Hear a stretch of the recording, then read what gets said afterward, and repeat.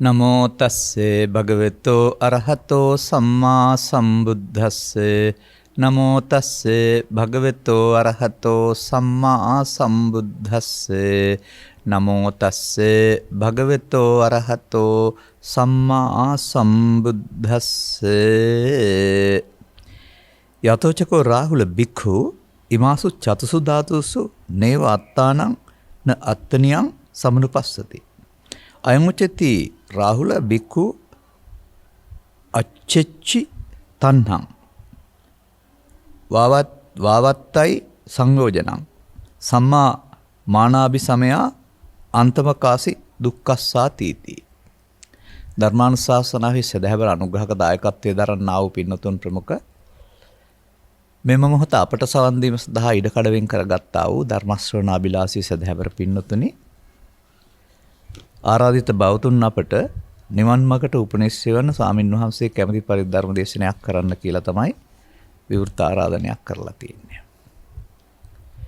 එවිට අපි අප විසින් කියවමින් සිටින මේක සමාජයට පැහැදිලි කරන්න හොඳයි මේකෙන් කිව්වොත් හොඳයි කියලා හිතන දහම් පෙළවල් සෑහෙන සංඛ්‍යාවක් අපි සකසාගෙන තිබෙනවා. මොකද නිරන්තරයෙන් ධර්ම දේශනා ඉල්ලන නිසා එයින් එකක් තෝරගන්නවා.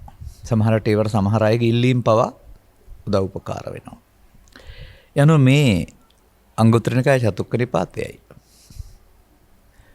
මේක රාහුල සූත්‍රය. චුල්ල රාහුලෝ වාද මහා රාහුලෝ වාද රාහුලෝ වාද නෙමෙයි.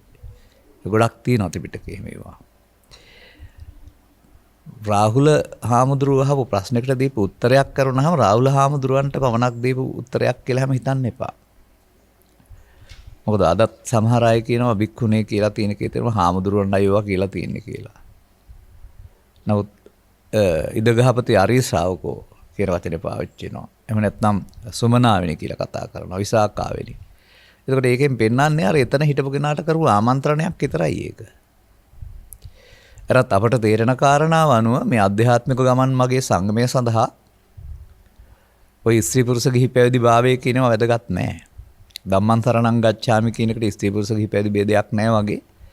දුක්ඛ ගාමිනී ප්‍රතිපදාවට තියෙන ආත්මවාදී මිත්‍යා දෘෂ්ටිය නැත්නම් පංචස්කන්ධයේ ආත්ම කොට ගැනීමේ වැරද්ද. දුක්ඛ නිරෝධ ගාමිනී ප්‍රතිපදාවට පංචස්කන්ධයේ ආත්මෙන් මිදෙන මාර්ගය. මේ දෙක ත්‍රිපිටකයේ කියවල ගැඹුරින් තේරුම් ගත්තාම වෙන්න ඕන දේ මොකක්ද කියලා තේරෙනවානේ. ලබාගත් ජීවිතේ වෙන්න ඕන දේ තමයි මම දකින්නේ දුකින් නැත මිදෙන එක. නිවන් කියලාම බලාපොරොත්තු වෙන්න එපා කල්ැතුව. නමුත් දුකක් තියනවද බලන්නකෝ. මොකද දුක හේතුව දුක නැති උතරනේ කතා කරන්නේ. මම සාමාන්‍යයෙන් කියනවා දැඩි හිසාදයක් තියෙනකොට මිග්‍රේන් වගේ දෙයක් ඒක හසිප් වෙහෙස කර පීඩාසහගත දෙයක්. ඒක දුකක් නේ. ඒක හොඳ වුණාම මොනවද ලැබුණේ? නමුත් සැපක් නෙවෙයිද ඒක? ඒ හිසේර දෙන්නේ නැති එකම. ඒගොල්ලෝ මේ පංච උපාදානස්කන්ධයේ දුක කියන එක තේරෙනවා නම් ඒ මොහොතට නැත්නම් ඒකෙන් පුනර්භවය නිසා හට ගන්නා වූ සංසාර ගමන ඒක නැති එක මේ හොයලා බලන්න වටිනවනේ මොකද වෙන්නේ කියලා. ඒ පිළිබඳව තවත් ධර්ම දේශනා තිබෙනවා මම දන්නේ හැටියට මට කරපු ආරාධනාවල ඊටම අදාළ කරුණු පැහැදිලි කිරීම. එනිසා අපි ඒකට යන්නේ නැතුව මේ පාඩේ අරගෙන මුලට යමු අපි. මේ බුදුන් වහන්සේ මේ පාඩේ පැහැදිලි කරලා තියෙන අගට. වෙන්න ඕන කාරණේ වෙනම් පස්සේ නමුත් අපි ඒක කියවලා ඊට පස්සේ යන්න ඕන මුල ඉඳලා එන්න. රාහුලේ යම් කලක පටන් යතෝචකෝ බික්ඛු ඉමාසු චතුසු දාසුසු නේවත්තානි මේ සතර මහා ධාතුන්ගෙහි නේව අත්තානං කියන එකේ තේරුම ආත්මයක් හෝ මම කොට ගන්නෑ කියන එක අර්ථය ගන්න වෙනවා. ඒස මේ අත්තා මගේ ආත්මේනේ ආත්ම කොට ගන්න නැද්ද? ඒ වගේම අත්තනියං සමනුපස්සති න අත්තනියං සමනුපස්සති. ඒ කියන්නේ ආත්මයට අයිති දෙයක් වශයෙන් දකින්නේ නැද්ද? එයාට කියනවා එයා මෙතන නම් මහාන කියලා තියෙනවා භික්ෂු සඳහා නැත්නම් එයාට කියනවා තෘෂ්ණාව සිදහලයි කියලා. ඒ වගේම සංයෝජන වාවත්තයි සංයෝජනං කියන්නේ සංයෝජන වලක්වා ගැනීම නැත්නම් සංයෝජනගේ මිදුණයි කියලා කියනවා. ඒ වගේම මානයාගේ ප්‍රහාණයෙන් ලබාගත්තා වූ ධර්මාභිසමය තුළින් වට දුක් කෙලවර කරයි කියලා කියනවා. එතකොට මේකේ තියෙනවා මේ සතර මහා ධාතුන් කෙරෙහි ආත්ම කොට නොගැනීමෙන් සියල්ල හමාර වෙනවායි කියලා. ඇයි මෙහෙම සදහම් පෙළක් තියදී අපට ඒක තේරෙන්නේ නැත්තේ? මේ කියන දේ නෙමෙයි අපි බලන්නේ, අන්න ඒකයි. අපි උත්සාහ කරමු මේක මේ කියන දේ මොකද්ද කියලා බලා ගන්න උත්සාහ කරමු. එතකොට පහසු වෙනවා. මෙහෙමයි රාහුල හාමුදුරුවෝ අහන්නේ. එකල්හි ආයුෂ්මත් රාහුල තෙරණුව භාග්‍යවතුන් වහන්සේ කරා එළඹී එළව භාග්‍යවතුන් වහන්සේ සකාසායන දෙකත් පස්ස උන්සේක. එකත් පස්ස උන් ආයුෂ්මත් රාහුල තෙරණුවන්ට භාග්‍යවතුන් වහන්සේ තෙලවදාලහ. මේක කිව්වා අදාලා. ඔන්න දැන් හොයාගන්න වෙනවා. යාව රාහුල අජ්ජත්තිකා පඨවි ධාතුයා ච බාහිර පඨවි ධාතු. පඨවි ධාතු බාතු රේ වසා නං නේතං මම පඨවි ධාතු රේවසා නං නේතං මම නේතෝ හමස් නේසෝ හමස්මින් නමේසෝ අත්තාති ඒව මේතං යථා භූතං සම්මප්පඤ්ඤාය දට්ඨබ්බං ඒව මේතං යථා භූතං සම්මප්පඤ්ඤාය දිස්වා පඨවි ධාතුයා නිබ්බින්දති පඨවි ධාතුයා චිත්තං විරාජපේති.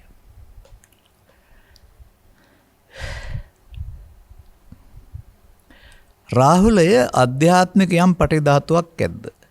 යම් බාහිර පඨවි ධාතුවක් ඇද්ද? තෙල පඨවි ධාතුම වෙයි. තෙල කියන්නේ ඒවා කියන එක. ඒ පඨවි ධාතු මා ගැත්තේ නොවේ. ඒ කියන්නේ මම කොට ගන්නෙ නෑ. මමත්වයට ගැති වෙලා නෑ. පඨවි ධාතුව මම නොවෙමි. ඒ මගේ ආත්මයක් නොවෙමි. කියා පඨවි ධාතුව මෙසේ තත්ත්ව පරිද්දෙන් සම්‍යක් ප්‍රඥාවෙන් දත යුතුය. මෙසේ ඒ පඨවි ධාතුව තත්ත්ව පරිද්දෙන් ප්‍රඥාවෙන් දැක පඨවි ධාතුව කෙරෙහි අපි ඒකට උකටලී වෙයි නැත්තම් ඇලෙන්ට කැමති වෙන්නේ නැහැ. පඨවි ධාතුවේ සිත් නොලවයි. දැන් ඉතින් මෙතන ලස්සන වචනයක් තියෙනවා තෝරගන්න. අධ්‍යාත්මික පඨවි ධාතුවක් ඇද්ද පඨවි බාහිර පඨවි ධාතුවක් ඇද්ද? මෙන්න මෙතන තමයි මේ තෝරාගන්න බැරි තැන. බාහිර පඨවි ධාතු ගස් කොළන් වතු පිටි ඉඩ කඩම්ම ලෝකේ තියෙනවා කියලා කෙනෙකුට පේනවා. ඒ වගේම අධ්‍යාත්මික පඨවි ධාතු කියලා තමන්ගේ ඇඟේ තියෙන කෙස්ලොම්නක් පේනවා. මෙහෙම ගත්තොත් මෙතනින් එහාට යන්න බෑ. මන්දයත් චිත්තේන නීයති ලෝකෝ මේ ග්‍රන්ථයේම තියෙන පාඩයක් මම කියුවේ. ලෝකේ සිත විසින් ගෙනියන්නේ. මිනිස්සෙකුට සිතක් නැත්නම් මරුණන් පස්සේ බාහිර පඨවිද ආපෝ තේජෝ කියන්න දන්නේ නැහනේ. අනිත් එක තථා සූත්‍රයක් තියෙනවා සබ්බ කියලා. යන්න ඒකෙන් එළිය ගන්න පුළුවන් අපිට. සබ්බං වූ භික්ඛවේ දේසිස්සාය මහණෙනි මම ඔබට සියල්ල දේශනා කරන්නයි යන්නේ. මොනවද සියල්ල? කතමංච භික්ඛවේ සබ්බං. චක්කුංච රූපේච සෝතංච සද්දෝච ගානංච ගන්ධෝච දිව්හාච රසෝච කායෝච පොට්ටබ්බෝච මනෝච ධම්මෝච. මින් පිට මොකුත් නැහැ කියලානේ තියෙන්නේ. යමෙක් මින් පිට යමක් පවතිනවා කියනවා නම් එයාට ඉහාට ගෙනියන්න හම්බ වෙන්නේ නැහැ තර්කය කියලා කියනවා. දැන් බලන්න මේ අධ්‍යාත්මික බාහිර පටවි නැත්තම් මේව මොනවද කියන්නේ කියලා.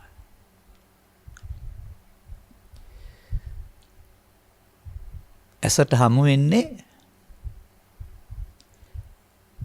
රූපේ. එතකොට බාහිර වස්තුවක තියෙනා වූ වර්ණගන්ධ සටහන් ආශ්‍රයෙන් අපි ආලෝකයේ උදව්වෙන් ඇසේ කාචය තුලින් යන ආලෝක කිරණ වලින් ඇසේ ප්‍රසාදය තුළ රූපයක් හදාගත්තාම රූපේ මම කියන්නේ ශරීරයට නෙමෙයි අන්නේ ආපු සෙවණැල්ලට. දැන් බාහිර පටවි ධාතු කියන්නේ එතකොට රූප ශබ්ද රූප ගන්ධ රූප රස රූප පොට්ටබ්බ රූප ධම්ම රූප අරමුණු වලට. බාහිර ලෝකේ මොනවා තිබුණත් ඒවා දොරවල් පහට එන්නේ අරමුණු වශයෙන්. නමුත් ඒක රූපේනේ. රූපේ ශබ්ද රූපේ. කොහාටද එන්නේ? ඇසත් රූපයත් කනත් ශබ්දයත්. අන්න අධ්‍යාත්මික කියලා කියන ශාරීරික පට ව්‍යාපෝ තේජෝ කියන එක නෙමෙයි. අපිට මේ ලෝකේ ජීවත් වෙන්නට බස්දරාශ්‍රයෙන් අරමුණු ගන්න ගියාම චක්කසෝත ගාන ජීවහා නැත්තම් ආයතන හයක් සකස් වෙනවා. සිත ආයතන හයක් වශයෙන් බෙදෙනවා. මනුස්සයෙක් සිත තියෙන්නේ අසකරණාසේ දිවකාය වලින් අරමුණු ගන්න පුළුවන් හැකියාව තියෙන අරමුණු ගත්තේ නැති වුණාට ඒ ආයතන හයට සිත පිහිටනවා සිත අරමුණු රසයෙන් විඳිනවා. එතකොට ඔබ මේ අධ්‍යාත්මික බාහිර පටවියාපෝ තේජෝ කියන එකේ බලන්න ඕන බාහිර ලෝකේ තියෙන පටවියාපෝ තේජෝ ඇඟේ තියෙන පටවි නෙමෙයි. මොකද මේකේ මේ ඒතං මම හේතු හමස්මින් ඒසෝ මේ අත්තා නේතං මම නේතු හමසන මේසෝ අත්තා පෙන්නන්නේ තවත් සූත්‍රවල රූප වේදනා සංඥා සංකාර පහ තුලනේ. රූප වේදනා සංඥා සංකාර පහ හටගන්නේ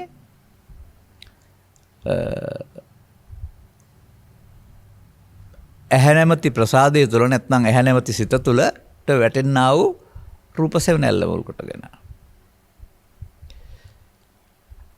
අන්න එතකොට සියල්ල ඇසත් රූපයක් දෙකම එතකොට ඇස කියන එක අධ්‍යාත්මික රූපයක් කියන එක බාහිර. නමුත් මේ දෙක බාහිර එළියේ අධ්‍යාත්මික ඇතුලේ කියලා ගත්තාම තමයි වරදින්නේ. බාහිරෙන් එන බැවින් ඒකට බාහිර අරමුණක් හේතු වෙන බැවින් බාහිර කියලා කියනවා. ඒක සිතේ හට ගන්න බැවින් අධ්‍යාත්මික කියලා කියනවා. අන්න දැන් තේරුම් ගන්න ලේසි අපිට. පෘථග්ජනයයි කියලා කියන්නේ ඔය බඳු බෙදීමක් දන්නේ නැතිව ඔය ඇහැට ඔය කනට ඔය නාසයට ඔය දිවට ඔය කයට හමු වෙන අරමුණු හඳුනා ගන්න සිත පහළ වීමේදී මේ බාහිර වස්තුවෙන් මේ සිත ශූන්‍යයි කියලා දකින්න නැතුව මේක දෙකක් බව දකින්න නැතුව ඒ බාහිර තියෙන එකමයි අපි මේ දකින්නේ කියන කෝණයෙන් බලන කෙනාට. එතකොට ඔහුගේ ඇලීම හෝ ගැටීම බාහිර රූපයට ශබ්දයට කියලා ඔහු කල්පනා කරන්නේ. ඒක තමයි ඔහුට දුක් ගෙනත් දෙන්නේ කියලා. දුක් හෝ සැප ගෙනත් දෙන්නේ කියලා. එහෙම තමයි ලෝකෙ සැකසෙන්නේ. අර දුක් හෝ සැප ළමා කාලේ පටන් ඇලෙන්න ගැටෙන්න ගියාපුවම ඇලීම මුලාව ගැටීම මුලාව ඇහි කනේ නාසයේ දිවේ කයේ රූපේ ශබ්දේ ගන්ධේ රසේ ඇති වෙනවා. දැන් අර බාහිර වස්තු මම කොට ගන්න නැහැ කියන එක නෙමෙයි කියන්න ඕන. කය මම කොට ගන්නෙ නැහැ කියන එක නෙමෙයි කියන්න ඕන. ඒන හැඟීම සමග කෙනෙකුට ආස්වාදයක් ගෙනත් දුන්නොත් සතුටක් ගෙනත් දුන්නොත් ඇලෙනවා. කෙනෙකුට අප්‍රසාදයක් කනගාටුවක් ගෙනත් දුන්නොත් ගැටෙනවා ප්‍රතික්ෂේප කරනවා. අන්නේ ඇලීමත් ගැටීමත් ඇති කර ගැනීමයි මම කොට ගැනීම කියන්නේ. එහෙම නැතුව බාහිර වස්තු පටවියාපෝතිය ඒවා මම කියලා කෙනෙක් නැහැ. ශරීරයේ පොළොවට පස්සලා යනවා මම කියලා කෙනෙක් නැහැ කියලා වෙනම වචනයක් හදාගත්තට ඕක දුරු වෙන්නේ එහෙම නැහැ. සමහර මේ ලංකාවේ පවතින ග්‍රන්ථවල එහෙම කියලාත් ඇති සිංහල පරිවර්තනවල. මොකද මඤ්ඤමානෝකෝ බිකෝ බද්දෝමාරස්ස නමෝ ත්‍රිපිටක පදේ ඔය ඕන තැනකට ගැලපෙන්න ඕනේ. මමත්වෙන් ගත්තොත් සසරට බැඳෙනවනේ. අන්න ඒකනේ දුක කියන්නේ.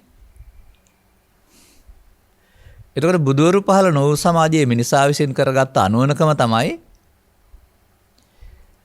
මේ අධ්‍යාත්මික බාහිර දෙක එක්තැන් වෙනකොට දෙක එකක් වෙන්නේ. නමුත් එතෙන්ට පහළ වෙන්නා වූ චක්කු විඥානයේදී සෝත විඥානයේදී ගාන විඥානයේදී ඒකට එන දේ කෙරෙහි ස්වභාවයෙන්ම සත්‍යය ඇලිලා ගැටිලා තියෙන්නේ. ඒතං මම හේතුහමස්මින් ඒසෝ මේ අත්තා සංකල්පය ඔහු අහල් වෙලා ඒකට.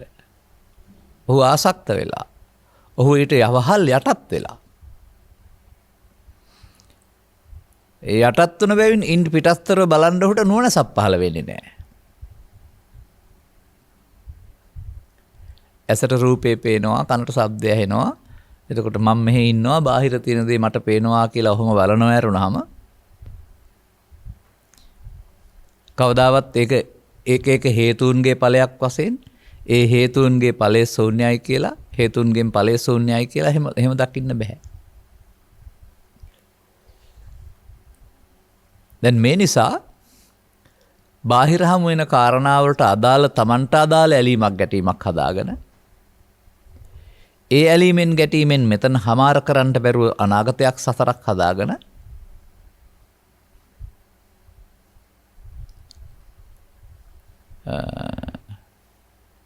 ඒකට කියන්නේ ලස්සන වචනයක් තියෙනවා. පඨවි ධාතුව විසින් ඔබ කනවා. කාලා දාලා තියෙන්නේ කියලා.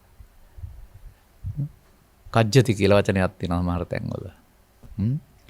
ඔය වැඩේ කෑවා කියලා සමාජෙත් කියන්නේ. අන්න ඒ වගේ ඔබ මේ ලෝකෙත් එක්කලා ජීවත් වෙන්න ඕන ආකාරය පිළිබඳව සර්වඥාවාදය ලබා ගත්තේ නැති සමාජයක අනාගන තියෙන්නේ.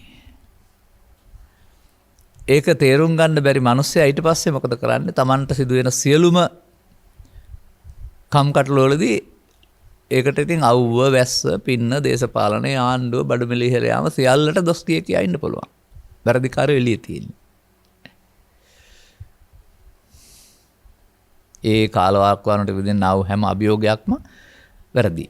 Taman හරි බාහිර සමාජයේ වැරදි. ඒක චිත්ත අභ්‍යන්තරයේ තිබිලා එන්නා වූ Taman හදාගත්ත විතර්කය. ගැටෙනවා නම් ව්‍යාපාද විතර්කය. තව එහාට ඒක ක්‍රියාවට නගන්න යනවා නම් විහිංසා විතර්කය. පුද්ගලයා පුච්චන්න බැරි හින්දානේ පඹේ පුච්චන්න යන්නේ. එහෙම. ඔය නීත්‍යානුකූල පදනමක් තියෙනවා නම් අපිට එරෙහි නෑ. ඒ වගේ මේකේ සාධාරණ ඉල්ලීමක් තියෙනවා නම් අපට එරෙහි නෑ. අපිට එරෙහි නෑ. අපි මේ කාගේවත් පක්ෂයක් කරගෙන පන්දම් අල්ලන කතා කරන අය නෙමෙයි. නමුත් අපි මේ ත්‍රිපිටකයේ සඳහන් වෙන්නා වූ ත්‍රිවිධ විතර්කයේ පාවිච්චි කරනවා නම් ඒකෙන් වෙන්නේ ඔබට දුකක් කරදරයක්. ඒක හදාගන්න, ඒක බලවත් කරගන්න තරමට සසරට ඇලෙන්න ඇරුණාම තේරෙන්නේ නැත්නම් ගැලවෙන්නත් බෑ. ඊට පස්සේ ඒකේ දුක විඳින්න වෙනවා. ඉතින් මේ නිසා මේ ලෝකෙත් එක්කලා වර්තමාන මොහොතේ අපි සම්බන්ධතා පවත්න්නේ ඇසෙන් කලින් නාසයෙන් දිවෙන් කයෙන් කියනා වූ බාහිර ආයතන වලින් සම්බන්ධ කරගන්නේ රූප ශබ්ද ගන්ධ රස පොට්ටබ්බ කියනා වූ ධම්ම කියනා වූ ආරම්මන. මේ දෙකට තමයි මේ ආධ්‍යාත්මික බාහිර පඨවි ආපෝ තේජෝ වායු කියලා කියන්නේ.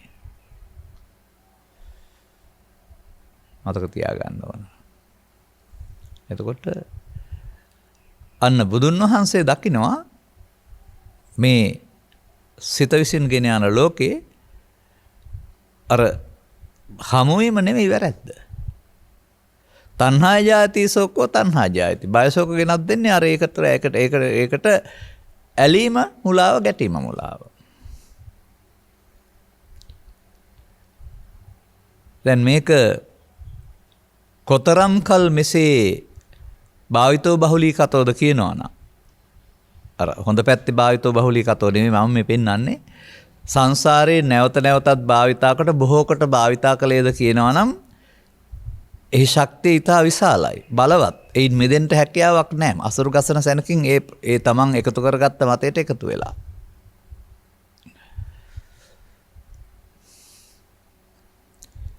ඔබ කවද්ද තේරුම් ගන්නේ පෘථග්ජන මිනිසා නැත්තම් ඔබ කියලා කියන්නේ තනිකරම ඔබේ වැඩක් නෙමෙයි කියන්නේ. ඔය හිතන ඔබයි මේ කරන්නේ කියලා. නෑ. ඒ මොහොතේ උපදින්නා වූ උත්සන්න වූ හැඟීම විසින් ඔබේ කය වචන මෙහෙවනවා. සිතට එනවා. හිතට එන්නේ කය වචනට ක්‍රියාත්මක කරනවා. ඉතින් ඒ නිසා පෘථග්ජනයයි කියලා කියන්නේ කාම විතර්ක, ව්‍යාපාද විතර්ක, විහිංසා විතර්ක කියන තුන විසින් මෙහෙවන ලබන රූකඩයක්. ඉතින් ඔකට අම්බලංගොඩම යන්න ඕනේ නැහැ රූක සම්දර්ශන බලන්න. ඔබට මේ සමාජයේ යම් යම් ප්‍රශ්න මුල් කොටගෙන ලෝභ දේශ මොහයන් මත රඟ දක්වන රූකඩ සංදර්ශන බලන්න පුළුවනි. අනුන්ගේ. ඔබත් එහෙම රූකඩයක් වෙනවද කියලා බලන්න. දැන් ඒකට තමයි අර ඒතං මම ඒතෝ හමස්මින් ඒසෝ මේ අත්තා වශයෙන් ගන්නවයි කියලා මේ පෙන්නලා තියෙන්නේ. ආව බාරගත්තා. ආව එකතු වුණා. ඔය ගම්බීරා ගම්බීරත්තා ශුන්‍යතා ශුන්‍යර් පටිසංයුක්තා කියලා මේකට කියන්නේ. ගැඹුරුත් ගැඹුරු අර්ථ ඇති ශුන්‍යත ධර්මෙන් යුක්ත කියලානේ ධර්මයක් කියලානේ. ඉතින් බාහිර කවි කතන්දර කතාවකින් බාහිර ක්‍රියාකාරමක් තුළින් සංසිඳන දුකක් ගැන බුදුරු සඳහන් කරන්නේ නැහැ. ලෝකේ තියෙන දේවල් සමග අධ්‍යාත්මික ආයතන හයෙන් බැඳීම නිසා ඇති වෙන සංකල්පයට නමක් ඒතං මම ඒතෝ හමස්මින් ඒසෝ මේ අත්තා. කවදාවත් කවුරුවත් කියලා නැහැ ඒක. කියන්නේ නැහැ. මොකද සමහර අය එහෙම නොකිය කටින් කිය ඉන්න ගන්නවා කියලා වට ආරංචි. මම නොවේයි, මගේ නොවේයි, මගේ ආත්මය නොවේයි. ඒ වරදවා ගන්න විදිහවල්. කවදාවත් මම මගේ ආත්ම කියලා වචනෙන් කීවේ නැත්නම් වචනෙන් මම නොවේයි, මගේ නොවේයි, මගේ ආත්මය කියලා කියන්න ඕනෙත් නැහැ. සිද්ධිය තේරුම් ගන්න ඕන. මමත්වයෙන් ගැනීම නිසායි සසරක් හැදෙන්නේ. හේවත් බද්දෝ මාරස්ස අනාගතයක් හැදෙන්නේ. ඒක සසරක් තිබෙනව නෙවෙයිනේ. ලෝභයෙන් මෝහයෙන් ද්වේෂයෙන් මෝහයෙන් මේ බාහිර දේවල් එක්කලා ඇති වෙන ඇලීම් ගැටීම් නිසා සසරක් හැදෙනවා. අපි පටවි විතරක් ගන්න නැතුව අරිත්තත් එහෙම අරගම් විතර ටික කතා කරන්න.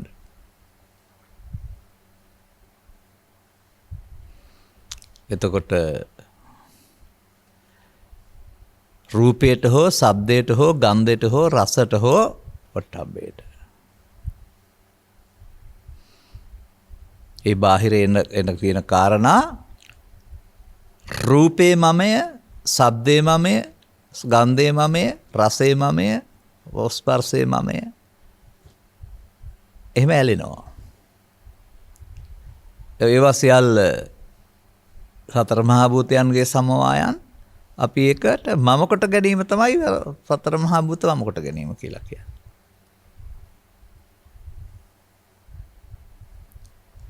එතකොට එතන ඉන්න කෙනත් ඔබ නෙමෙයි, ශරීරය නෙමෙයි. රූප රූපේ, ශබ්ද රූපේ, ගන්ධ රූපේ. එහෙම නැත්නම් ඇස රූපේ පහළ වෙන ඇස, ශබ්දේ පහළ වෙන කන, අන්තප ගන්ධේ, නාසය. එතන ඒ මොහොත සිදුවෙන්නා වූ මුලාව තමයි මේ ඒතං මම ඒතෝ හමස්මින් ඒසෝ මේ අත්තා කියන වචනෙන් සංකේතවත් කරන්නේ. එතකොට කලකිරිලා නැහැ. ඇලිලා. අසතප්පුතක් ජනයා.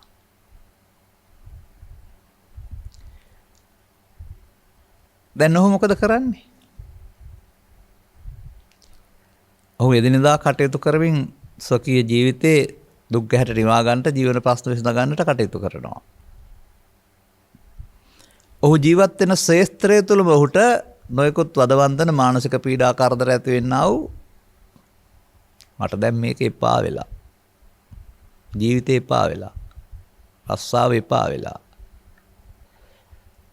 දමල ගහලා යන්න හිතෙනවා. ගෙදර යන්න හිතෙනවා. රට යන්න හිතෙනවා. ලිඳේ වනින්න හිතෙනවා. දිවි නසා ගන්න හිතෙනවා. මේ රටේ බොහෝ දෙනෙකුගේ මුඛයෙන් පිට වෙන වචනනේ මම මේ කියන්නේ කලකිරීමේදී. ඕක තමයි බුදුන් වහන්සේ වදාළේ ජටාය ජටිතා පජා කියලා. ඉතින් ඕකට විසඳුම් වශයෙන් 100%ක් සුපිරි දේශපාලනයක් හදලා හරි නැත්නම් අටලොදහමට අදාළ කරුණු ලෝකෙන් බැහැර කරලා හරි ඔබට තැනසීලා ඉන්න පුළුවන් කියලා තමයි ඔබ හිතන්නේ. ඔබට අදාළ ත්‍රිවිධ විතර්කයේ උපදින්න ලෝකේ කාරණා යෙදෙන්නේ නැත්නම් දුකක් නැහැ. ඔන්න ඔබේ අවබෝධය. එහෙම ලෝකයක් කවදාවත් හදන්න පුළුවන්ද? නමුත් මෙහෙම චිත්තාභ්‍යන්තරේ මතුවෙන්න කාරණයක් හදාගත්තාම මතුවෙන්නේ නැහැ හමු වෙන්නේ නැත්නම්.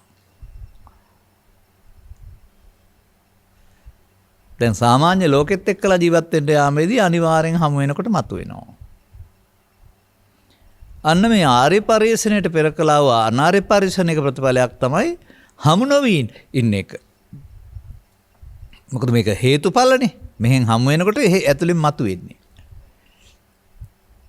අන්නර වනාන්තරගත වීම අත්කලමතාන යෝගය කියලා කියන්නේ වෙනත් අරමුණක් කරන් හරි කර්මස්ථානයක් වඩලා හරි බාහිර සාධක වලට පස්දර විවෘත නොකර ඉන්න එක.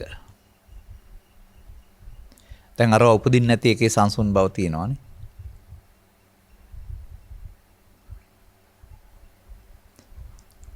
අදටත් මේ මෝඩ සමාජයේ බොහෝ දෙනෙක් ඕක තමයි බුදු සමය භාවනාව කියලා හිතන් ඉන්නේ. කැලේටම යන්නේක ලොකු දෙයක් වෙලා. මොකද මේ බාහිරත් එක්ක මුණ ගැහෙන්නේ නැත්නම් අර තියෙන සංසුන් බවට තියෙන කැමැත්ත. මේගොල්ලොන්ගේ ප්‍රඥාස තව ටිකක් මුහු කුරා යන්න වෙනවා.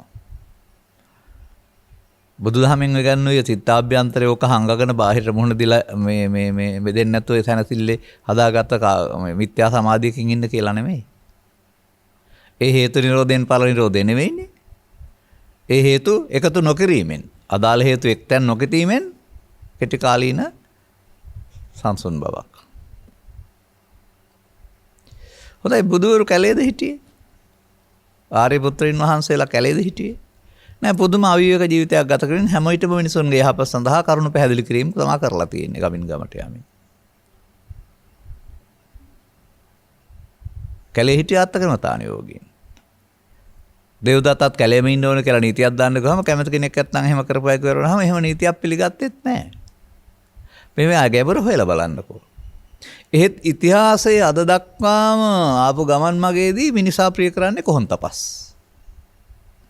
ඒකට කොහොන් තපස් කියලා. ඒ බාහිර වශයෙන් කැම්බීම් ඇඳුම් පැළඳුම් රුක්ෂ ප්‍රතිපදා සිල්වත් බව කියලා. නිසා ඒවට තියෙන ගරු සැලකිලි සත්කාර සම්මාන ඒ පිළිගැනීම ඉහළයි. නමුත් මේකේ තවත් සූත්‍රයක තියෙනවා මේ මතක් කර මතුන දවසක පැහැදිලි කරලා පෙන්නන්න. මේ මොන කාරණේද මුල් වෙන්න ඕන කියන එක පිළිබඳව. ඒ නිසා බුදු සමයේ සඳහන් වෙලා තිබෙනවා මනමින් කරුණු පැහැදිලි කිරීමක්. ඒ මනමින් කරුණු පැහැදිලි කිරීම කියන කාරණාව වෙනත් ආගමික ග්‍රන්ථවල ඔය ඇසකරනාසය මුල් කරගෙන ඉන්නා හේතුඵල ධමයක් විග්‍රහ වෙන්නෙත් නැහැ. අපේ රටේ ග්‍රන්ථවල සිංහලෙන් විග්‍රහ කරන්න ගියාමත් ඒක විග්‍රහ වෙන්නේ අර පටවි කිව්වහම බාහිර ලෝකෙ ජාතියට ඇඟේ පටවි කිව්වම ශරීරයටවත් කොහත් අරන් තමයි කතා කරන්නේ.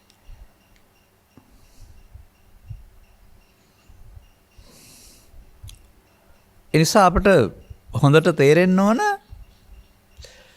දුකට හේතුව ලාභය අලාභය සැප දුක නිന്ദා ප්‍රශංසා ලෝක ධර්මතා නෙවෙයි. එහෙනම් බුදුහාමුදුරුවෝ දුකින් ඉන්නේ නැතයි ඒවා තිබුණානේ ලෝකේ. ඒවා පුංචි ප්‍රත්‍යක් විතරයි. ඒ ප්‍රත්‍ය තමන්ගේ චිත්තාභ්‍යන්තරයේ තියෙන දුකයි අවුස්සන්නේ.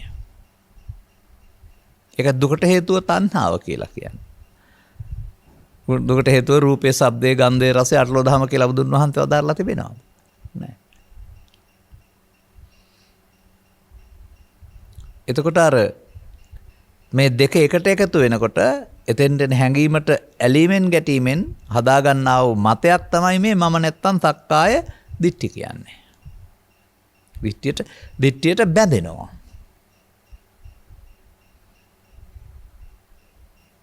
අන්න දැන් රාහුල හිමියන්ට පැහැදිලි කරනවා.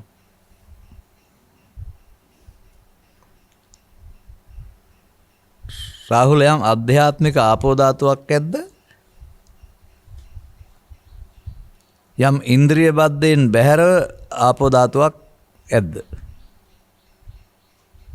ඉන්ද්‍රිය බද්ධයෙන් ආපෝ ධාතුවක් ඇද්ද? අධ්‍යාත්මික ආපෝ ධාතුවක් ඇද්ද? බාහිර එකක් ඇද්ද? තෙල ආපෝ ධාතුම වෙයි. තෙල මා ගැත්තේ නොවේ, මා ආපෝ ධාතුව මනෝෙමි, තෙල මගේ ආත්මය නොෙමි. මෙසේ තත්ත්ව පරිද්දෙන් සම්‍යක් ප්‍රඥාවෙන් දත යුතුය. හරි. දැන් මේ බුදු සමයේ මම මගේ ආත්ම කියන්නේ කොතනටදයි සියුම් ඥාණයෙන් ග්‍රහණය කරගන්න.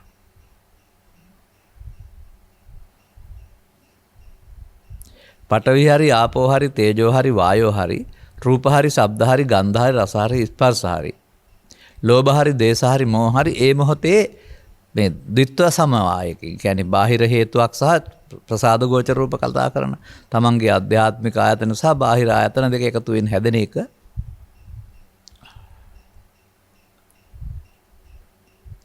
කෙරෙහි ආසක්ත වීමෙන් හැදෙන දෙයක් තමයි මේ මම කියන්නේ. එතකොට ඒක බොහෝ කල් ගත්ත එකට බුදුන් වහන්සේ නමක් තියලා තියෙනවා. ඔබ මෙන්න මෙහෙම ඒතන් මම යතෝහමස්මෙන් ඒසෝ මේ අත්තා කියන මේ දර්ශනයෙන් ඔබ යුක්ත වෙලා ඉන්නේ. මේ දර්ශනයේදී ඔබට මේ මොහොත නිමා කරන්න හැකියාවක් ලැබෙන්නේ නැහැ. මේ මොහොත විසින් ඔබට අනාගත විපාකයක් සඳහා ඵලයක් චිත්තාභ්‍යන්තරයට තබමින් සසරක් හදනවා.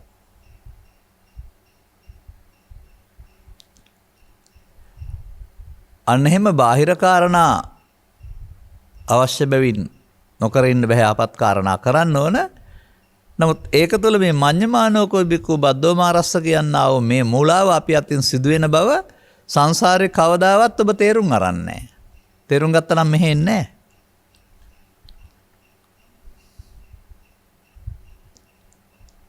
ඒ වගේම පැවතුණු බුදු සමය තුලත් අනාගත බුදුන් වහන්සේගේ ශාසනය නිවන් සාක්ෂාත් කරගන්න උච්චර ගැඹුරු දහමක් දැනගන්න ඕනේ නැහැ. පින් කරාම ඇතිනේ.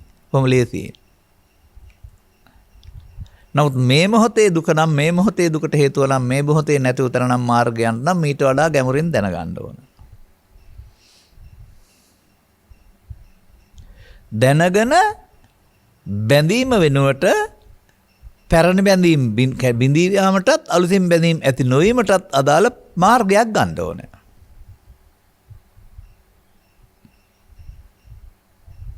ඒක ඉතින් තවත් ග්‍රන්ථවල සම්මා වායාම කියන වචනෙන් හඳුන්වා දී තිබෙනවා. අන්නේ මාර්ගයේ ගන්නේ කෙසේදයි යමෙකුට වැටහි ආයුතුයි. එහුදෙක් ධර්ම ශ්‍රවණය සහ කරුණ අවබෝධයේ ප්‍රතිඵලයයි. අනතුරු ඔහුට ඒ බැඳෙන ප්‍රතිපදාව වෙනුවට නොබැඳමින් අවසන් කරන ප්‍රතිපදාව අනුගමනීය ප්‍රතිපදාව වලට පත් කරන්න වෙදෙනවා දෛනික එදිනදා ජීවිතයේදී. ඇතමුන් කල්පනා කරන පරිදි ඒකට දින 14ක් හරි 7ක් හරි වෙන වෙලාවක් හරි වෙන් කරලා දෙන්න ඕන කියලා. ඉතින් ඔය විදේශීය මේ වෙන ගෙන්නන ලද හෝ මෑතදී ඇති වෙන ලද ප්‍රවණතාවයන්. ඒවට ඉල්ලුමක් තියෙන නිසා ඒවටත් කැමැත්ත දක්වන අය නිසා ඒක අලුත් එකක් නිසා. නමුත් මේක කියවලා බැලුවාම හැම එකම සූත්‍රයකවත් බුදුන් වහන්සේව සරියුත් හාමුදුරුවෝ මොගලන් හාමුදුරුවෝ මේ සමූහ ඒක රාශි කිරීම සමූහ භාවනා කිරීම ඇයි නැත්තේ තිබුණ නැත්තේ ඉතිහාසය කියලා මම බලනවා. බුදුන් වහන්සේගේ කාලේ එහෙම කළා නම් මේක තියෙන්න ඕන කොතන හරි. හැම විටම උපදෙස් දෙන්න කියලා දීලා තියෙනවා. හවුලේ හෝ තනියෙන් උපදෙස් දෙනවා. ඊට පස්සේ තුම්හේ කිච්ඡං ආතප්පං අක්කාරෝ තථාගතා කියලා කියනවා. ඔන්න තථාගතවරු පාර පෙන්නන අය උඹ විසින් මේක කරන්න ඕන. නුඹ විසින් මේක කරන්න ඕන නම් කිසි විටකත් ඒ හවුලේ කළ නොහැකි බව මේ සමාජයේ කවදා තේරුම් ගනීද?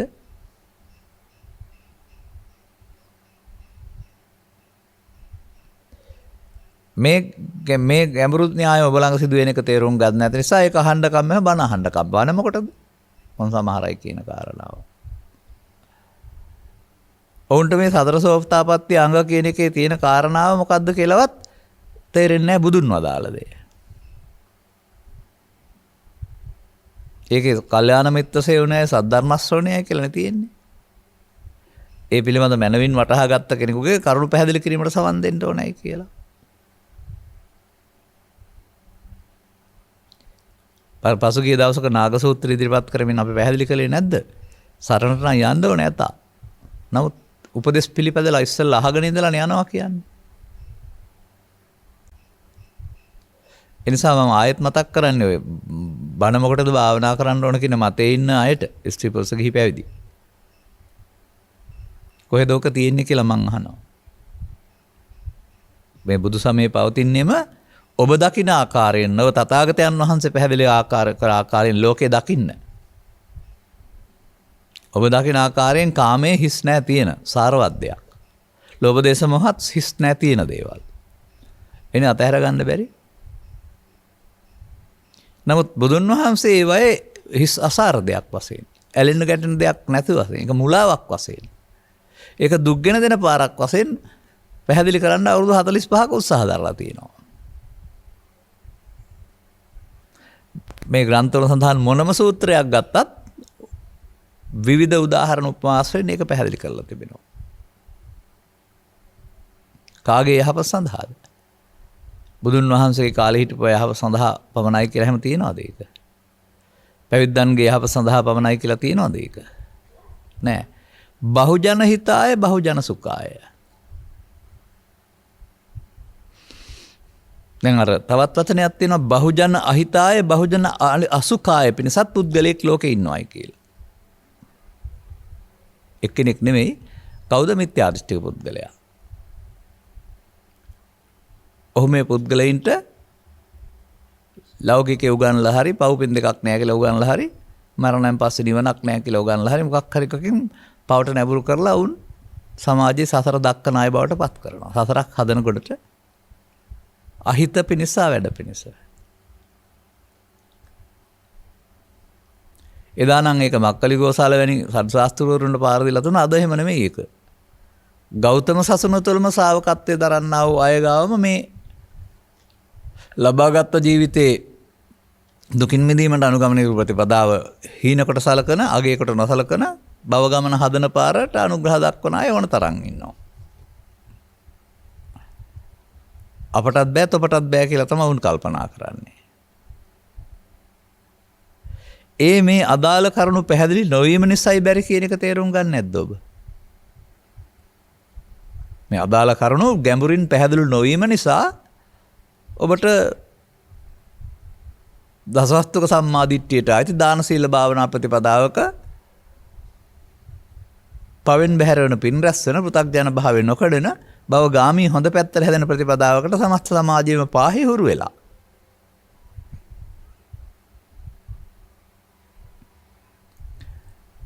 මේ මොහොත සසර හදන එක වෙනුවට මේ මොහොත සසරෙන් මිදෙන්න අනුගමනය කළ ක්‍රියාමාර්ගය පිළිබඳව අනුගමනීය ප්‍රතිපදාවක් යෙදෙන බව දකින්නටත් නැහැ, උද්‍යෝගයකුත් නැහැ.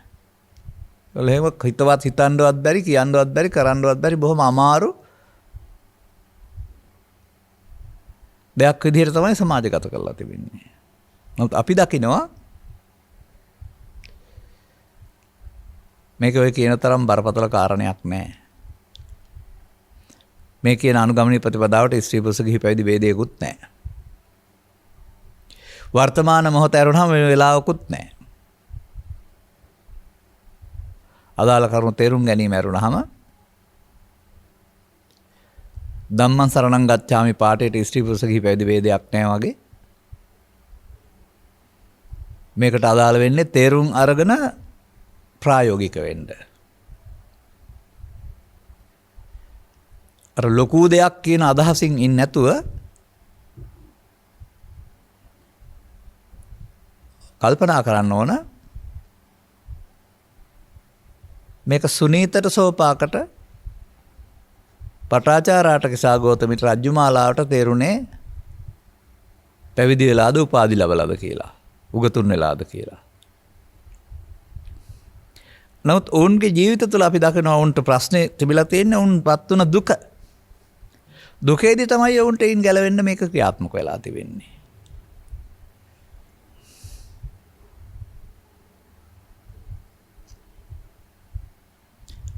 සමහර සැපේදී නම් ඒක ඕන වෙන එකකුත් නැහැ. ඔයදත් ඔය තියෙන්නේ එහෙම සැප පිටපස ලුහු බඳින්න ආව සංස්කෘතියක්. හෝටල් සංස්කෘතිය, රාත්‍රී සමාජ ශාලා සංස්කෘතිය ආදී කොට ඇති මහ ලොකු දිව්‍ය ලෝක වගේ තැන් වලට යන කියලා. එතකොට ඔවුන්ට ඔය ඒකේ දුකක් තේරෙන්නේ නැහැනේ. නමුත් ඔවුන්ටත් මේ පොඩ්ඩක් රතු ඉර පැන්නාම මත්පැන් එහෙම වැරිවිලා ගහ බන වෙනගත්තාම වාජන කුඩු කොට ගත්තාම ආසන කුඩු කරගත්තාම වාහන වලින් ගින් හැප්පුණාම එතකොට මතක් වෙනවා.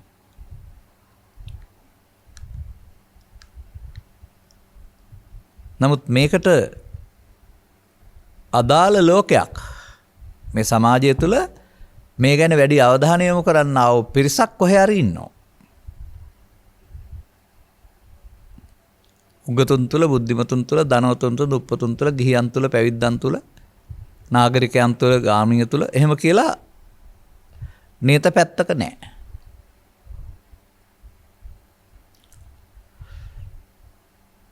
නමුත්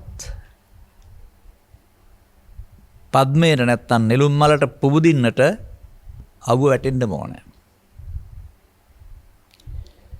එබැවින් මේවැ පෙන්වන මේ කරුණු සරල සිංහලෙන් පැහැදිලි කරනකොට තමයි කෙනෙකුට ඇස්සැරෙන්නේ. ඕනනම් කෙනෙකුට මේ මොහොත දුකටපත් වෙන්න යොදා ගන්නත් පුළුවන්. ඕනනම් මේ මොහොත දුකින් මිදෙන්න යොදා ගන්නත් පුළුවන්. මේ මොහොත සතර හදන එකට කියනවා අනුසෝතගාමී ප්‍රතිපදාව කියලා. ඒක බුදුන් පහළ වෙන්න පෙර 100%ක්ම අනුගමනය කරපු එක. මේ මොහොත දුකින් මිදෙන්න අනුගමනය ප්‍රතිපදාවට කියනවා පටිසෝතගාමී කියලා. ඒක බුදුන් වහන්සේගෙන් පටන් අරගෙන ආර්ය පරපුර අනුගමනය කළා වූ පෙළ. ආර්ය පරපුර භික්ෂුව භික්ෂුණී උපාසක උපාසිකා නෙමෙයි ආර්ය පරපුර ඕන කෙනෙක්. අන්න දැන් මේ රාහුලට පැහැදිලි කරපු කාරණේ ඕන කෙනෙකුට වළංගුයි.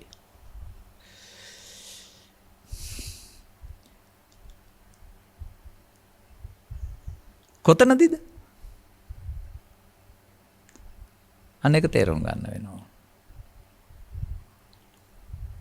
අධ්‍යාත්මික බාහිර. බාහිරට ගැටීම නිසා අධ්‍යාත්මිකෙන් එන කාරණේදී. මේ අධ්‍යාත්මිකෙන් එන කාරණේ තථාගතයන් වහන්සේ අදහරලා තිබෙනවා. චක්කුණා රූපං දිස්සා සෝතේන සද්දං සුත්තා ගානේන ගණං ගහයිත්වා කියලා දොරවල් 6ටම හරගෙන uppajjati සුඛං සෝවනස්සං. නැත්තම් දුක්ඛං දෝමනස්සං. අනේ uppajjati කොහෙ තිබිලාද? බාහිර ලෝකෙ තිබිලාද? නෑ. ඔබ දීලා. ඔබ මින් පෙර දීපයක උපදිනවා. ඒකෙන් මිදෙන්න, ඒ එන එකෙන් මිදෙන්න එතෙන්ද එකතු කරන්න ඕන ප්‍රතිපදාවක් වශයෙන් කවද්ද ඔබ තේරුම් ගන්නේ? යත් අතීතම් පහීනන්තං. අතීතං න අනුසෝචಂತಿ.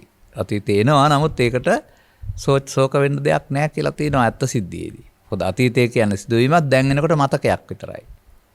ඒ සිදුවීමේ තිබුණා වූ දුක හෝ සැප දැන් ඒකේ නෑ. දැන් ඒක නිකන් හීනයක් වගේ විතරයි.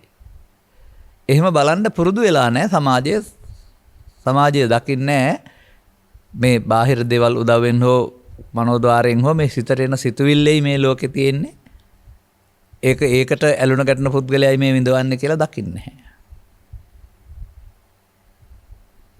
ඉතින් එනකොට මේ එකතු වෙලා අතීතෙන් ආවා වර්තමානයේ එකතු වුණා අනාගතයකුත් හදලා ඉවර වුණා. වට දුක්ඛයට එකතු වෙන්න දන්නව ඇරුණාම එයින් මිදෙන පිළිවෙත ආර්ය ශ්‍රාවකින් සඳහා පවණයි. අන්න ඔබට ඒක තේරෙනවා නම් ඔබ ආය කාටවත් ආර්ය සහතික ශ්‍රාවක උපාධිය සහතිකේ ඇදුම අඳවන්න ඕන නැහැ. ප්‍රතිඵල ඔබට හිමි වෙනවා. එතකොට ඒ මොහොතේදී අවදි වූතෙන් පටන් නින්දට යනතුරු ඇසෙන් කනෙන් නාසෙන් දිවෙන් කයෙන් මේ උපදින කාරණේදී ඉස්සර ගත්ත ඒතන් මම ඊතෝ හමස්මෙන් ඒසෝ මේ අත්තානං එහෙම කිව්වේ නෑ. ආපු එකට එකතු වෙලා අනාගතයක් හදනවට නමක් ඒක. ඒක ප්‍රහාණ නෙමෙයි අප්‍රහාණය බලවත් වෙන එක. මේ තමන්ට පීඩනය දෙන්නා වූ බලවේගය නැත්තම් උපන්න අකුසල් කියන කොටස බිඳුව දක්වා පහලට දාන්න. ඇලෙන කරුණු එකක්වත් නැතිව දුක් එකක්වත් නැත ඔබේ භාෂාවෙන් නම් 0. බිඳුව කරන්න ඕනේ. 99 98 97 95ක් තෝක තෝකම් කණේ කණේ. ටික ටික ශනයක් ශනයක් පහරා. බාහිර ලෝකේ 0 කරන්න දෙයක් නැහැ. ඔබේ හිතේ තියෙන ටික 0 කරන්න නේද තියෙන්නේ.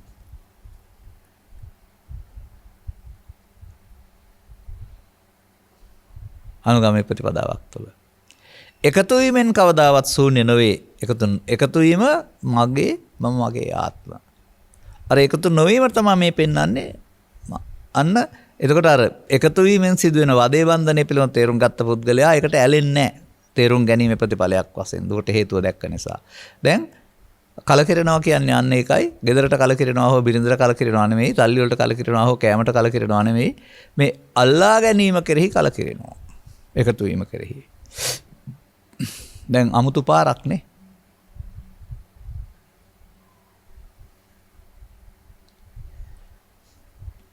දෙමන් හන්දියක් නැත්තම් තුන්මන් හන්දියක් කියලා කියනවා. නැත්තම් මාවත දෙකට බෙදෙනවා. එතකොට ආපු පාරයි තුනක් තුන්මන් හන්දිය කියලා. ඒකට කියනවා දෙමන් හන්දිය තමයි පාවිච්චි කරන්නේ. බුදුන් වහන්සේ පහළ වෙන්න පෙර ගිය පාර එක පාරක්. බුදුන් වහන්සේ පහළ වුණාට පස්සේ අනිත් පාර යන්නේ. අර ගිය පාර පවපින ඔස්සේ සසරට යන පාර. දැන් පටිසෝතගාමී මාවත මේව බැහැර කරමින් බුදුන් වෙත යන පාර. දුකින් මිදීමට යන පාර. කවදාද මේ සමාජය වර්තමාන මොහොතට අහේතුක මොකද බලාපොරොත්තු නොවන ආකාරයෙන් හේතුවක් තමයි කොහෙන් හරි නොසිතූ මොහොතක උදේ අවදිවතන් පටන් නින්දට යනතුරු තමන්ට වද දෙන්න උපදින්නා වූ තමන්ගේ චිත්තාභ්‍යන්තරයේ පවතී තිබී එන්නා වූ හේතු වශයෙන් තිබී එන්නා වූ මේ ත්‍රිවිධ විතර්කය සිතින් බැහැර කර ගැනීමෙන් නිවන් සප ලබන්න පුළුවන් බිඳුව දක්වා අඩු කර ගැනීම තුළින් මේකට එකතු නොවෙන්ට සිහිය පාවිච්චි කොට ඉවසීම තුළින් මේක නැවත නැවතත් කරන්න තියෙනවා. මේක තමයි බුදුරජාණන් වහන්සේ අනුගමනය කළ ප්‍රතිපදාව අපට කරන්න තියෙන දේ කියලා කවදද මේ සමාජය පිළිගන්නේ?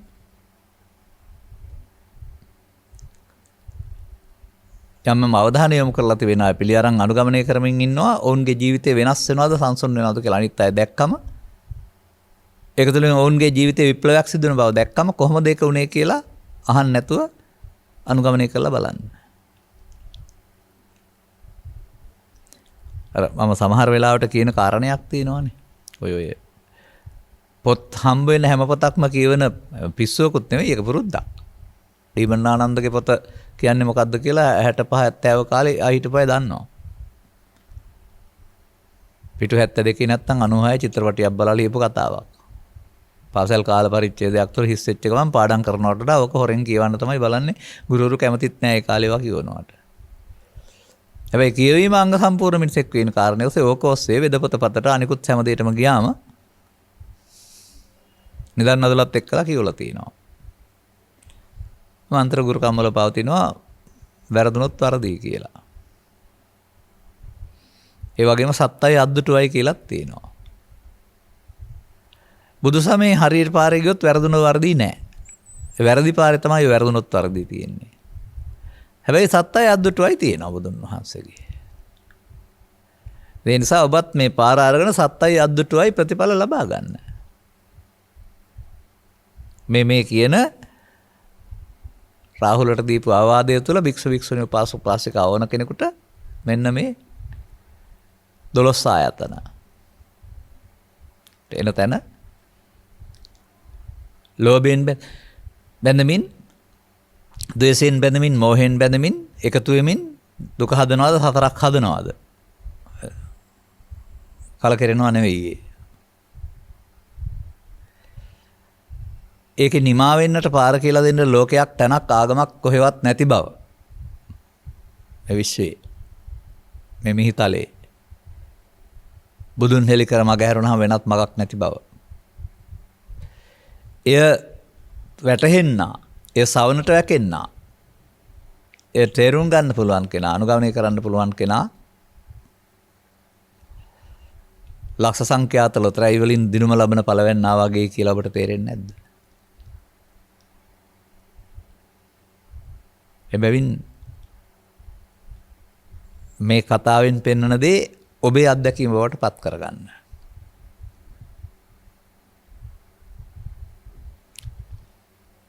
හැම එකේදීම වචනෙන් මේ මම නෙවෙයි, මගේ නෙවෙයි, මගේ ආත්ම නෙවෙයි කිය අයින්ද ලෑස්ති වෙන්නේ නැතුව මන්ත්‍ර කියනවා වගේ. එකට එකතු වීමට නමක් මගේ මම මගේ ආත්ම. බැහැර කිරීමට නමක් මගේ නොවන මම ආත්ම. එතකොට අර එකතු වීමෙන් සතර හැදෙන හා දුකට හේතුව දැකලා තමයි එකතු නොවෙන්නේ. දැන් එකතු වීමෙන් හිස රදේ සැදේ, එකතු වීමෙන් හිස නොවීමෙන් හිස රදෙන් මිදේ. හිස රදේ තියෙන පුද්ගලයාට හිස රදෙන් මිදෙන්න ඕන.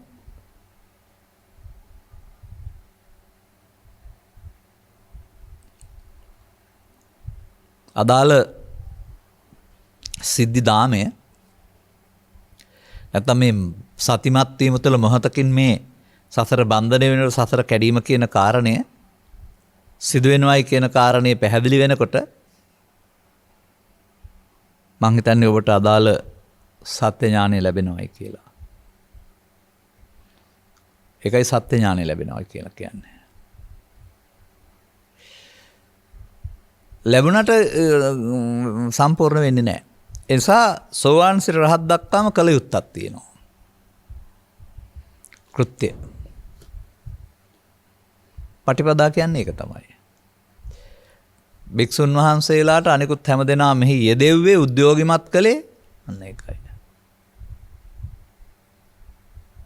පටිපදාව. ඒ විතරක් නෙමෙයි ඒක තියෙනවා.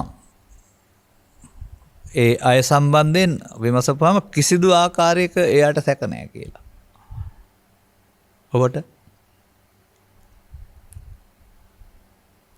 ඔබට මේක වැටහෙන්නේ නැත්තාක්කල් සැකයි.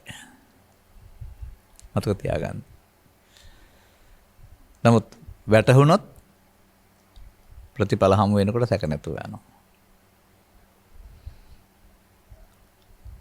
එබැවින් මේ අවදි වූ තැන් පටන් නින්දට යනතුරු තම තමන් කරන කර්තව්‍යයන්හිදී බුදුබණ තේරුම් ගන්න පෙර ජීවිතයේ මුල් කාලයේදී ලෝකෙත් එක්කලා ඇලීම් ගැටීම් ඇති කරන චිත්තාභ්‍යන්තර ගත කර තබන්නා වූ මේ ඇලෙන කරුණු 100 හෙවත් කාම විතර්ක, ව්‍යාපාද විතර්ක, විහිංසා විතර්ක සංඛ්‍යාව එහෙම එලව ගන්න තැනක් නැහැ. හොරපාරෙන් යවන්න බෑ. හැංගිලා ඉන්නේ. හැංගිලා නිසා වෙඩි තියන්නත් බෑ. එන්න මැරලා. උප්පන්නං කියන්නේ අන්න ඒකයි. එන්න මැරලා. එන්න මැරලා පරණ පාරේ යනවා යාමෙන්. එන්න මැරලා එකතු වීමෙන් මමත්වෙන් ගැනීමෙන් තතර හැදෙනවා වෙනකොට මඤ්ඤමාන වෙනකොට එන්න මැරලා එකතු නොවීමෙන් මමත්වෙන් නොගැනීමෙන් කලකිරෙනවා දිගටම. අතහැරන පාර. වීරියෙන් පළමු කාරණා පියවර 2 3 යන්න වෙනවා. මොකද පරණ බලවත් වීම වැඩි. බොජ්ජංග නෙමේ බලවත් වෙලා තින්නේ කාමාංග පොළොවම ලබනවා. ඔබට එකතු යන් ගහපන් බැනපන් කපවන් කරන පරිගණින් කියන්නම බලවත් වෙලා ඉන්නවා. ඒට එරෙහිව සටනක් දියත් කරමින් අර අසුමුකෝ වර්ධමානෝ බ්‍රහ්මචර්යම් පටිවසති කියන එකේ කඳුළු සලමින් මේවා ඉවසනවා. කායට වචනට නොදෙන්නට නොදීමෙන් සේන බව දන්නා නිසා ඉවසනවා. මං හිතන්නේ ඔතෙන්ද තමයි ඉවසීමෙන් සැනසීම ලැබේ කියන එක හරියටම ගැලපෙන්නේ. මමත් ඕක ඔය 6 7 පන්ති වල රචනාවල ඉදෙන මාතෘකාවක්. ඒ කාලේ දන්න දැකීමට තමයි ලිව්වේ. අද එහෙම ලිව්වොත් එහෙම පොතක් විතර ලියයි. ඉවසීමෙන් සැනසීම ලැබෙන හැටි. ත්‍රිපිටකයේ කියන ඔක්කොම උදාහරණ ටිකත් අරගෙන. රචනාව වචන 50000ක් විතර ලියන්න වෙයි සමහරට. එදා නම් 100න් 200න් 500න් ලිව්වේ. අපි අද ඒක ගලපන්නේ බාහිර සමාජයේ අධ්‍යාත්මිකයට. අදිවාසේති පජහති නෙමෙයි නාදිවාසේති පජහති. අර අදිවාසේති කියන එක නෙමෙයි ඉවසීම කියන්නේ. නාදිවාසේති කියන එකෙන් තමයි ඒක බාල ගන්න නැහැ කියන එක පිළිවෙන්නේ.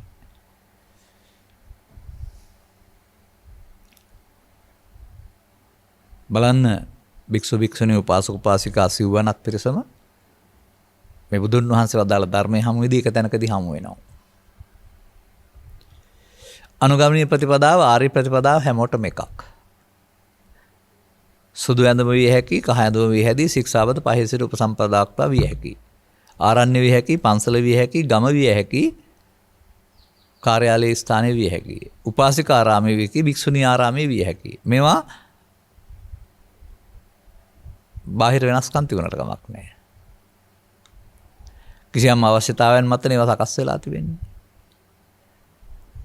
එතකොට ඒවෙන් එකකට විතරක් මේ තැන දෙන්න බෑ කියලා අධිකාරියක් පනවන්නට අයිතියක් නැහැ. ඒ ධර්මයේ නැති සමාජයේ තියෙන එක. නැත්නම් කොතනත් නැහැ. තියනවා නම් ඕන කෙනෙකුට පුළුවන්. ඒ ඕනෑ තැනක ඉන්න. එනිසා මේ ග්‍රන්ථ සමූහයේ පැහැදිලි කරලා තිබෙනා වූ කරුණ සමීප දසුණක් මගින් ඔබේ දැක්ම වටපත් කරගන්න මොනියම් හෝ සූත්‍රයක් මගින්.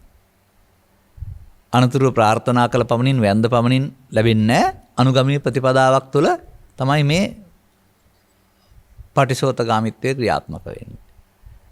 ඔබ දුකට හේතු අස් කරන්න ඕනේ. දුක නැති වෙන්න.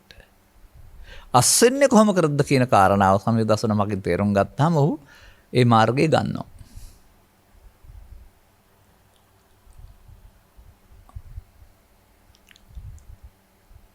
අදාළ කරුණ තේරුම් කර දීම සඳහා තමයි අපි මේ ග්‍රන්ථයක් පෙරලාගෙන හෝ නැතුව හෝ කරුණු පැහැදිලි කරන්නේ. ඇතැම් විට සමහරු ඉල්ලා තිබෙන මාතෘකා එක සූත්‍රයක් ඔස්සේ ගන්න බෑ, කීපයක් ඔස්සේ ගන්න වෙනවා. එහෙම නැත්නම් නිදහසේ පැහැදිලි කරන්න වෙනවා. කොතනින් ගත්තත් අපි පැහැදිලි කරනු ලබන්නේ ස්ත්‍රී පුරුෂ ගිහි පැවිදි ભેදයෙන්තරව ඉහාත්ම වශයෙන්ම ලබාගත් ජීවිතයේ දුකක් නැතුව ඉන්න තැනට ඔබව ගෙනියන්න. හැකිතාක් ඉක්මනින් කළ යුතු සියල්ල අවසන් කරන්න. අදාළ කරුණු තේරුම් ගැනීමට අවශ්‍ය නුවණ පහළ කරගන්නට. ඒක ඒ ප්‍රතිපදාව කෙරෙහි සමීප වෙන්නට. සමීප වුණාම තමයි ඒක තේරෙන්නේ මේකයි කරන්න ඕන කියලා. අනුගමනීය ප්‍රතිපදාව තුළින් මේ කියන සැනසීම උදා කරගන්න ඔබට මෙම කරුණු පැහැදිලි කිරීම පුනිස්සේවා හේතු ආසනාව වේවා කියන සුභාශිංසනයේ ප්‍රාර්ථනා කරමින් මම ධර්මානුශාසනාව මෙසේ අවසන් කරනු ලබනවා. මෙම උතුම් ධර්ම දේශනයේ ප්‍රඥානාලිකාව තුළින් ප්‍රචාරය කිරීම සඳහා ගොතටුව නවනගරයේ පදිංචි සුවිනිතා කුමාරප්පිරුම ආදරණීය මෑණියන් විසින් සදැහැති දායකත්වයක් ලබා දී තිබෙනවා. අරමුණු 4 2022 පෙබරවාරි මාස 7 වන දිනට ජන්මදිනයේ යෙදෙන නිර්මලානි දියණියට නිදුක් නිරෝගී සුවපත් භාවය ලැබී. මම ඉතින් හැමදාමත් එහෙම එකක් ආවම අර ඉංග්‍රීසියෙන් කියන එකේ සිංහල එක කියනවා. නිදුක් නිරෝගී සුවපත් භාවය විතරක් සුබ උපන්දිනයක් වේවා කියලා. මේ උතුම් ධර්ම අවදේ ලැබීම පිණිස මෙම පුණ්‍ය ශක්තිය හේතු ආසනාව වේවා. දායකත්ව දරු එම මහත්මයාගේ පවුලේ නමින් මේ පරලෝසපත් සියලුම ඥාතීන්ට කියන්න එපා. සියලුම ඥාතීන්ට උපහාරයක් වේවා. අවශ්‍ය අයට මේ පින් අනුමෝදන් වී. ඒ වචන කාගේවද මම දන්නේ නැහැ. කාගේ වුණත් මේව වැරදි. එහෙන් ලියලා යවනවද නැත්නම් මේ හදන අය හදනවද දන්නේ නැහැ. ඒගොල්ලෝ තේරුම් අරන් ලියන්න මේ ත්‍රිපිටකය තුල සියලුම දෙනාට පින් දෙන්න පුළුවන් කියලා කොතනකවත් උගන්වන්නේ නැති බව. එහෙනම් ඒකට ඌණ පූර්ණයක් හදාගන්න පින් බලාපොරොත්තු කෙනෙක් වෙසේ නම් අනුමෝදන් වී ජීවිතය සුවපත් කරගනිත්වා. මතු උපදිනා භවයකදී චතුස්සත්‍ය අවබෝධය පිණිස මෙම කුසලයේ හේතු ආසනාව වේවා. ගෞරවනීය දේශකයන් වහන්සේට නිදුක් නිරෝගී සුවපත් භාවය සහ දීර්ඝායු සම්පන්නිය ලැබේවා. උතුම් චතුස්සත්‍ය අවබෝධය පිණිසම මෙම කුසල හේතු ආසනාව වේවා. අනුග්‍රහක බාතුන් වශයෙන් කටයුතු කළා ඔබතුමිය සතුරු ධර්ම ශ්‍රවණය කළ හැමටත් ඉහාත්ම වශයෙන්ම මේ රාහුල හාමුදුරුවන්ට දීලා තියෙන උපදේශය තේරුම් ගන්නට ලැබීම තුළින් අනුගාමී ප්‍රතිපදාවක් තුළ උපන්දින සැමරු දියණිය ඇතුළු කොට ධර්ම ශ්‍රවණය කළ හැමටත් සුජීවත්ව වාසය කරන්නා වූ හැමටත් ධර්මාභිසමය පිණිසම හේතු ආසනාව වේවායි ප්‍රාර්ථනා කරගන්න. සබ්බිහිත්‍යෝ වජ්ජන්තු සබ්බ රෝගෝ විනස්සතු මාතේ බවත් අන්තරායෝ සුඛී දීර්ඝායුකෝ භව හැම දිනාටම තෙරුවන් සරණයි. දේශක්ඛයෝ නිබ්බානං